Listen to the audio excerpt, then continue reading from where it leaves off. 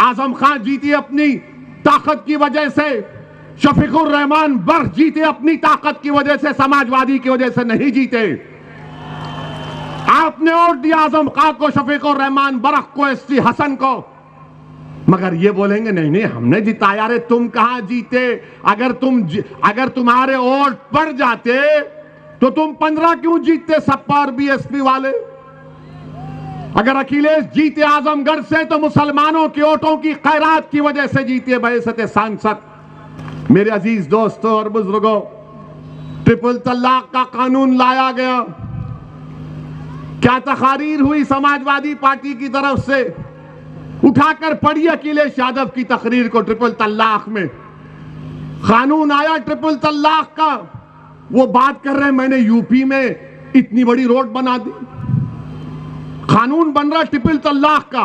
बोले कि मैं तो वो रोड बनाया, कानून पे नहीं बात किए, पतली गली से निकल गए बच के। मोदी को नाराज नहीं करना है। मुझ पर और हमारी जमात पर इल्जाम क्या 2019 के लोकसभा के चुनाव से पहले जनाब मुलायम सिंह यादव साहब ने पार्लियामेंट में खड़े होकर नरेंद्र मोदी को आशीर्वाद दिया और कहा कि तुम दोबारा देश के प्रधानमंत्री बन जाओ। अगर मैं बोलता वो बात तो ये समाजवादी पार्टी में जो अपना ईमान बेचकर बैठे हुए वो बोलते ओवैसी को खबर की जगह नहीं देंगे हम।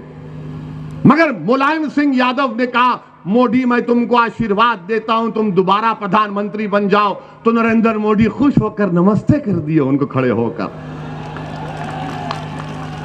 और मैं यहां पर आपकी हिस्सेदारी की बात कर रहा हूं, मैं आपकी सियासी क़यादत, आपको नेता बनाने की बात कर रहा हूं, मैं आपके इंसाफ की लड़ाई लड़ रहा हूं, मैं आपके हुकूक की लड़ाई लड़ रहा हूं, मैं आपके मान सम्मान की लड़ाई लड़ रहा हूं। तो मुझे कहा जाता है कि नहीं ये वोट काटने को आया है।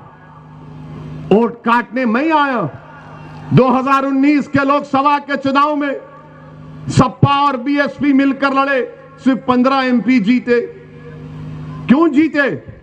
75% तो मुसलमान वोट दिए, सीएसजीएस का डेटा है।